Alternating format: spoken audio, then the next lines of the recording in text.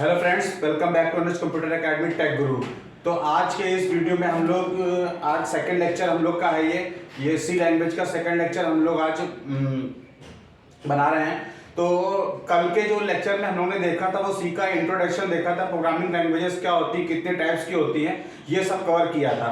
आज हम लोग जो है सी का बेसिक प्रोग्राम का स्ट्रक्चर देखेंगे और एक आज पहला प्रोग्राम का हम लोग यहाँ पे थ्योरी देखेंगे कि कैसे उसको हम लोग प्रोग्राम को कैसे क्रिएट करते हैं। ये सब हम आज के वीडियो में देखने वाले हैं। तो फ्रेंड्स चलिए शुरू करते हैं। सबसे पहले हम लोग सी के प्रोग्राम के स्ट्रक्चर के बारे में बात करते हैं कि सी का स्ट्रक्चर कैसा होता है। तो सबसे पहले जो होता है, सबसे टॉप पे जो चीज होती है वो हमारी क्या होती है, हेडर फाइल्स होती हैं। क्या होती हैं? हेडर फाइल्स होती हैं। क्या होती हैं? हेडर फाइल्स होती है। सबसे टॉप पे जो होती है वो क्या होती है? Header files. अभी हेडर फाइल्स को देखते हैं, हेडर फाइल्स क्या होती है, कितने टाइप्स की होती है, ये सब हम लोग देखेंगे।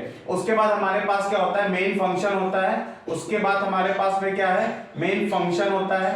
ये मेन फंक्शन है हमारे पास में, ये मेन फंक्शन होता है। उसके बाद हमारे पास फंक्शन की ये क्या होती है, बॉडी होती है। इसके अंदर हम लोग क्या लिखते हैं, स्टेटमेंट लिखते हैं। क्या लिखते हैं? स्टेटमेंट्स लिखते हैं। तो ये हमारे सी का क्या है, बेसिक स्ट्रक्चर है। आपको इसी स्ट्रक्चर का यूज करके क्या करना है, प्रोग्राम को कोड करना है। तो चलिए सबसे पहला कोड हम लोग आज सबसे पहला कोड हम लोग लेते हैं और उसको हम लोग एक एक स्टेप को एक्सप्लेन करके हम लोग यहाँ पे देखते हैं। ठीक है, तो चलिए शुरू करते हैं। सबसे पहले हम लोग क्या करते हैं, यहाँ पे हेडर फाइल्स को यहाँ पे यूज करते हैं। सबसे पहले हेडर फाइल्स होती क्या है, हेडर फाइल्स क्या होती हैं, ये हमारी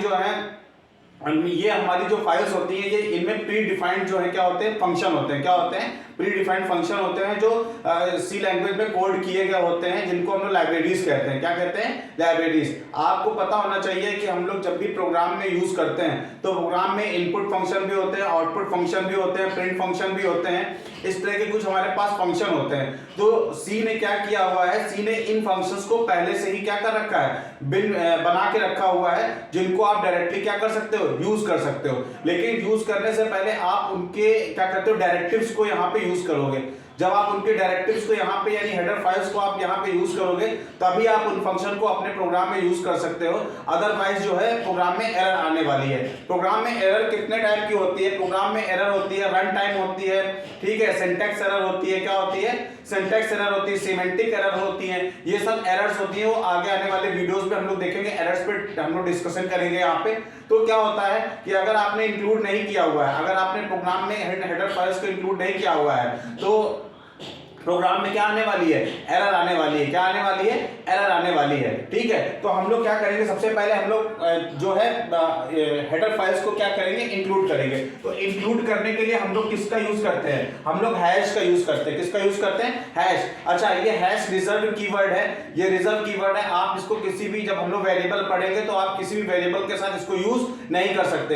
ये हमेशा प्री प्रोसेसर डायरेक्टिव के साथ नहीं यूज किया जाएगा। इसका नाम ही क्या है, प्री प्रोसेसर डायरेक्टिव। यानी ये डायरेक्टिव आपने वो पढ़ा होगा, फोल्डर्स पढ़े होंगे।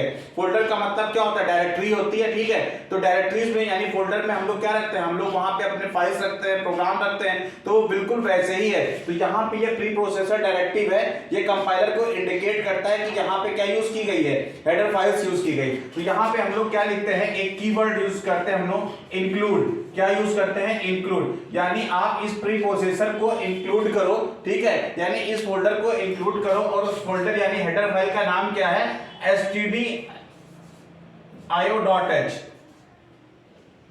stdio.h ये हमारी क्या है, एक हमारी ये हेडर फाइल्स हो गई stdio.h। तो std का फुल फॉर्म क्या होता है, std का फुल फॉर्म, इसको हम ब्रेक करके देखते हैं। स्टडी आई और ओ को हम लोग क्या करते हैं, हम लोग ब्रेक कर करके देखते हैं। तो std का फुल फॉर्म क्या होता है, स्टैंडर्ड। क्या होता है? स्टैंडर्ड। ये हमारे पास में क्या होता है, स्टैंडर्ड। ठीक है, आई का फुल फॉर्म क्या होता है, आई का फुल फॉर्म होता है इनपुट। क्या होता है? इनपुट होता है। क्या होता है? इनपुट होता है। और ओ का फुल फॉर्म क्या होता है, आउटपुट होता है। क्या होता है? आउटपुट होता है।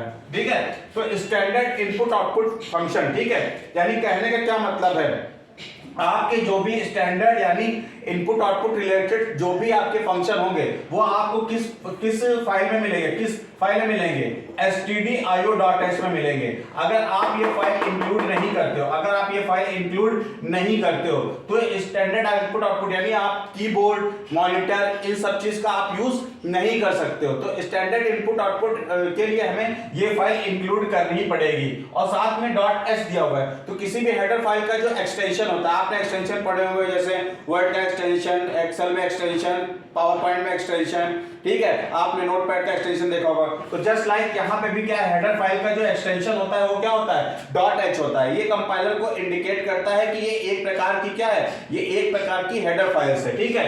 अब हम लोग क्या करते हैं, कुछ फंक्शन होते हैं वो इनपुट आउटपुट के लिए होते हैं, कुछ फंक्शन कंसोल के लिए होते हैं। कंसोल क्या होता है, कंसोल वो विंडो होती है जहां पे हम आउटपुट को क्या करवाते हैं, डिस्प्ले करवाते हैं। क्या कराते हैं, डिस्प्ले कराते हैं। तो मैंने यहाँ पे एक और हेडर फाइल यहाँ पे लिख रखी है, आपको लिखनी पड़ेगी यहाँ पे include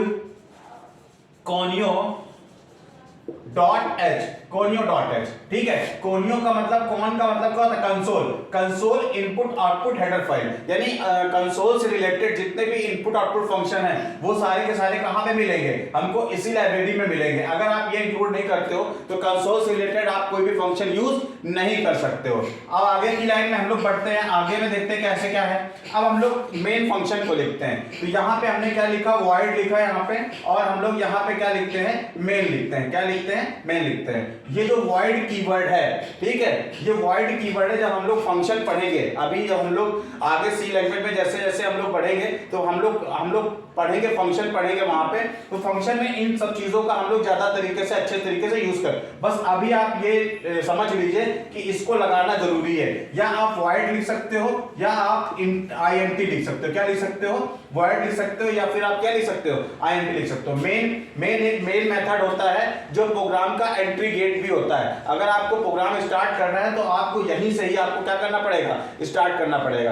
कंपाइलर भी जब भी रीड करता है तो यहीं से प्रोग्राम को एग्जीक्यूट करना स्टार्ट करता है। अब हम लोग यहाँ पे कर्ली ब्रेसेस लगाते हैं। क्या लगाते हैं, कर्ली ब्रेसेस लगाते हैं। अब देखिए यहाँ पे अब हम लोग एक फंक्शन यूज करने वाले हैं। फंक्शन क्या होते हैं, प्री डिफाइंड होते हैं। क्या होते हैं, प्री डिफाइंड होते हैं, जो बने बनाए होते हैं, इनबिल्ट होते हैं, ठीक है। वो कहाँ पे मिलते हैं, वो या तो यहाँ पे होंगे या तो यहाँ पे होंगे। अब हम लोग यहाँ पे क्या यूज करने वाले हैं, CLR SCR। देखिए CLR SCR का मतलब क्या होता है, CLR का मतलब क्लियर और SCR का मतलब स्क्रीन। अच्छा, स्क्रीन को क्लियर करो, मतलब देखिए पहचान कैसे होगी कि ये फंक्शन है। तो ये गोल पैरेंथेसिस में, ओपन और क्लोज पैरेंथेसिस में अगर आपको कोई भी दिख जाए तो इट मींस वो क्या है, वो एक प्रकार का फंक्शन है। अच्छा, ये फंक्शन क्या है, ये कंसोल से रिलेटेड है, यानी ये कंसोल को क्लियर करेगा। कंसोल क्लियर करेगा तो ये कहां पे मिलेगा, ये यहां पे मिलेगा आपको। किस वाली हेडर फाइल में मिलेगा, इस वाली हेडर फाइल में मिलेगा। अगर आप इसको इंक्लूड नहीं करते हो तो आप ये वाला फंक्शन यूज नहीं कर पाओगे। क्यों, क्योंकि ये फंक्शन कहां पे लिखा गया है, ये फंक्शन यहां पे लिखा गया है, ठीक है। आप उसको डायरेक्ट क्या कर रहे हो, कॉल कर रहे हो, क्या कर रहे हो, बुला रहे हो, कॉल कर रहे हो। अब बात करते हैं, नेक्स्ट आते हैं प्रिंट एफ। किसमें आते हैं, प्रिंट एफ। किस पे आएंगे, प्रिंट एफ पे। प्रिंट एफ क्या होता है, स्क्रीन पे, कंसोल पे कुछ भी आउटपुट डिस्प्ले करने के लिए हमें किसका यूज करना पड़ता है, ठीक है, हमें यहाँ पे प्रिंट एफ का यूज करना पड़ता है। किसका यूज करना पड़ता है, प्रिंट एफ का। अब यहाँ पे हमने प्रिंट एफ है, डबल कोट में मैसेज जब भी देंगे हम लोग किस में देंगे, डबल कोट में देंगे। तो डबल कोट लिखा वेलकम टू प्रोग्रामिंग, यहाँ पे हमने जैसे लिख दिया वेलकम टू प्रोग्रामिंग, यहाँ पे हमने वेलकम टू प्रोग्रामिंग लिख दिया, ठीक है, प्रोग्रामिंग, वेलकम टू प्रोग्रामिंग। इसको यहाँ पे क्लोज करिए। अब देखिए यहाँ पे क्या किया, प्रिंटफ है फंक्शन दे रखा है, यहाँ पे प्रिंटफ है फंक्शन का नाम है। इसके अंदर हमें एज ए पैरामीटर यहाँ पे क्या दे रखा है, एक स्ट्रिंग दे रखी है, यहाँ पे टेक्स्ट दे रखा है, ठीक है, जो कि डबल कोट में लिखा जाएगा। और किसी भी लाइन को टर्मिनेट करने के लिए, किसी भी लाइन को टर्मिनेट करने के लिए, प्रोग्राम के स्टेटमेंट को खत्म करने के लिए हम लोग किसका यूज करते हैं, हम लोग सेमीकोलन का यूज करते हैं। ये वाइवा वगैरह में आप लोग से पूछ लिया जाता है कि सेमीकोलन हम लोग क्यों लगाते हैं। तो यही आप बताइए कि किसी भी लाइन को टर्मिनेट करने के लिए, एंड करने के लिए हम लोग किसका यूज करते हैं, सेमीकोलन का। अच्छा, जब भी कंपाइलर इस प्रोग्राम को कंपाइल करेगा तो उसको पता होना चाहिए ना कि ये लाइन कहां पे खत्म हो रही है, तो उसका इंडिकेटर क्या है, उसका इंडिकेटर सेमीकोलन है। इससे ये पता चलता है कि ये लाइन यहां पे क्या हो रही है, एंड हो रही है। नेक्स्ट हम लोग आते हैं यहाँ पे अब हम लोग यहाँ पे क्या यूज करते हैं, गेट सी एच यूज करते हैं। क्या यूज करते हैं, गेट सी एच यूज करते हैं। ये भी एक प्रकार का फंक्शन है और ये भी फंक्शन किसमें मिलता है, आपके इंक्लूड यानी conio डॉट एच में यहाँ पे आपको मिलता है। स्क्रीन देखिए क्या होता है, अब जब भी इसको हम लोग क्लोज करेंगे, यहाँ पे अब समझाते हैं यहाँ पे आपको गेट सी एच। इस प्रोग्राम को हम लोग पहले क्या करेंगे, कंपाइल करेंगे फिर रन करेंगे। तो कंपाइल करने के लिए हम लोग क्या यूज करेंगे, ऑल्ट F9 का यूज करेंगे और कंपाइल करने के लिए हम लोग क्या यूज करेंगे, ctrl प्लस हम लोग किसका यूज करेंगे, F9 का। ये पूरे प्रोग्राम को कंपाइल करेगा। अब देखिए अगर आप इसको ना लगाएं, ठीक है, अगर आप इसको नहीं लगाते हैं, प्रोग्राम का आउटपुट तो आएगा लेकिन वो कंसोल पे होल्ड नहीं करेगा, यानी जो आउटपुट विंडो है वहां पे आपका होल्ड नहीं करेगा, ठीक है, वो डिस्प्ले नहीं होगा। आएगा तो आउटपुट, ठीक है, बैकग्राउंड में आउटपुट आएगा लेकिन आपको वो डिस्प्ले नहीं होगा। तो कंसोल को होल्ड करने के लिए, आउटपुट विंडो को होल्ड करने के लिए हम लोग गेट सी एच का यूज करते हैं। ये एक इनपुट टाइप का फंक्शन है। किसका फंक्शन है, इनपुट टाइप का फंक्शन। इसका मतलब क्या होता है, आपका आउटपुट तब तक होल्ड रहेगा, आपका आउटपुट तब तक होल्ड रहेगा जब तक आप कोई भी की को प्रेस नहीं करते। की मतलब कीबोर्ड की को प्रेस नहीं करते हैं, तब तक आपका आउटपुट होल्ड रहेगा। अगर आप इसको नहीं लगाते हैं तो आपका आउटपुट स्क्रीन पे नहीं आएगा, वो बिहाइंड में रहेगा, बैकग्राउंड में रहेगा, वो आपको डिस्प्ले नहीं होगा। तो हम लोग इसका यूज क्यों करते हैं, स्क्रीन को होल्ड करने के लिए, आउटपुट स्क्रीन को होल्ड करने के लिए हम लोग गेट सी एच का यूज करते हैं। ये भी एक प्रकार का क्या है, ये भी एक प्रकार का फंक्शन है। क्या है, फंक्शन है। अच्छा, इसको पूरा ब्लॉक बोलते हैं। ये जो कर्ली ब्रेसेस के अंदर लिखा हुआ है, जब हमारे पास मल्टीपल स्टेटमेंट्स होते हैं तो हम लोग किसका यूज करते हैं, ब्लॉक का यूज करते हैं। अगर आपके पास सिंगल स्टेटमेंट है तो, अगर आप सिंगल स्टेटमेंट है तो कर्ली ब्रेसेस की जरूरत नहीं है। जब आपके पास मल्टीपल स्टेटमेंट्स हैं तब आपको ये क्या करना पड़ेगा, कर्ली ब्रेसेस ओपन और कर्ली ब्रेसेस क्लोज के अंदर आपको स्टेटमेंट्स देने होंगे। अब क्वेश्चन ये उठता है, सर क्या मैं ये अगर हेडर फाइल अगर ना लगाऊं तो क्या प्रोग्राम मेरा रन नहीं होगा?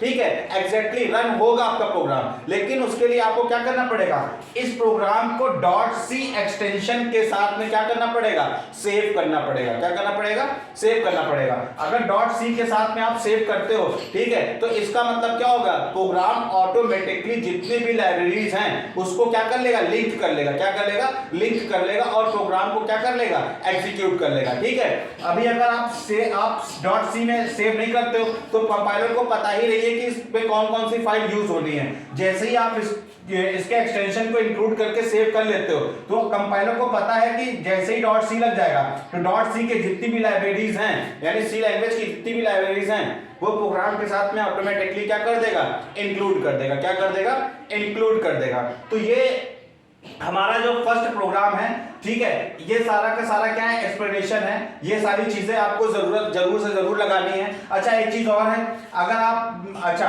अब आपने ये देखा होगा बहुत सी प्रोग्रामिंग लैंग्वेज अगर आपने पढ़ रखी है, कुछ प्रोग्रामिंग लैंग्वेज पढ़ रखी है, देखिए जिस प्रोग्राम में मेन मेथड आ जाता है, ठीक है, जिस प्रोग्राम में मेन मेथड आ जाता है, वो जो प्रोग्रामिंग होती है, जो आउटपुट होता है उसका, ठीक है, वो हमेशा कंसोल पे ही आता है, वो विंडो पे नहीं आता। यानी वो उसका आउटपुट कमांड प्रॉम्प्ट में ही आता है। किसमें आता है, कमांड प्रॉम्प्ट में। अगर आप जावा यूज करते हैं वहां भी वर्ड मेन मेथड यूज होता है, ठीक है, तो वहां पे भी आप क्या कर सकते हो, वहां पे भी आपका जो आउटपुट आएगा वो कमांड प्रॉम्प्ट पे ही आएगा। तो ये कुछ जरूरी सी चीजें हैं जो बेसिक प्रोग्राम है। आगे के जब प्रोग्राम करेंगे तो ये सब आपको क्या करेगा, हेल्प करेगा। तो अगर आपको लिखना हो इसको आप लिख सकते हैं ताकि आपको समझने में क्या है और आसानी हो। अगर आपको कोई भी दिक्कत आ रही है तो आप मेरे जो है कमेंट बॉक्स में कमेंट कर सकते हैं, मैं आपकी प्रॉब्लम को जरूर सॉल्व करूंगा। अगर आपको ये वीडियो पसंद आया है तो इसको लाइक, सब्सक्राइब और शेयर करना ना भूलें। Thank you.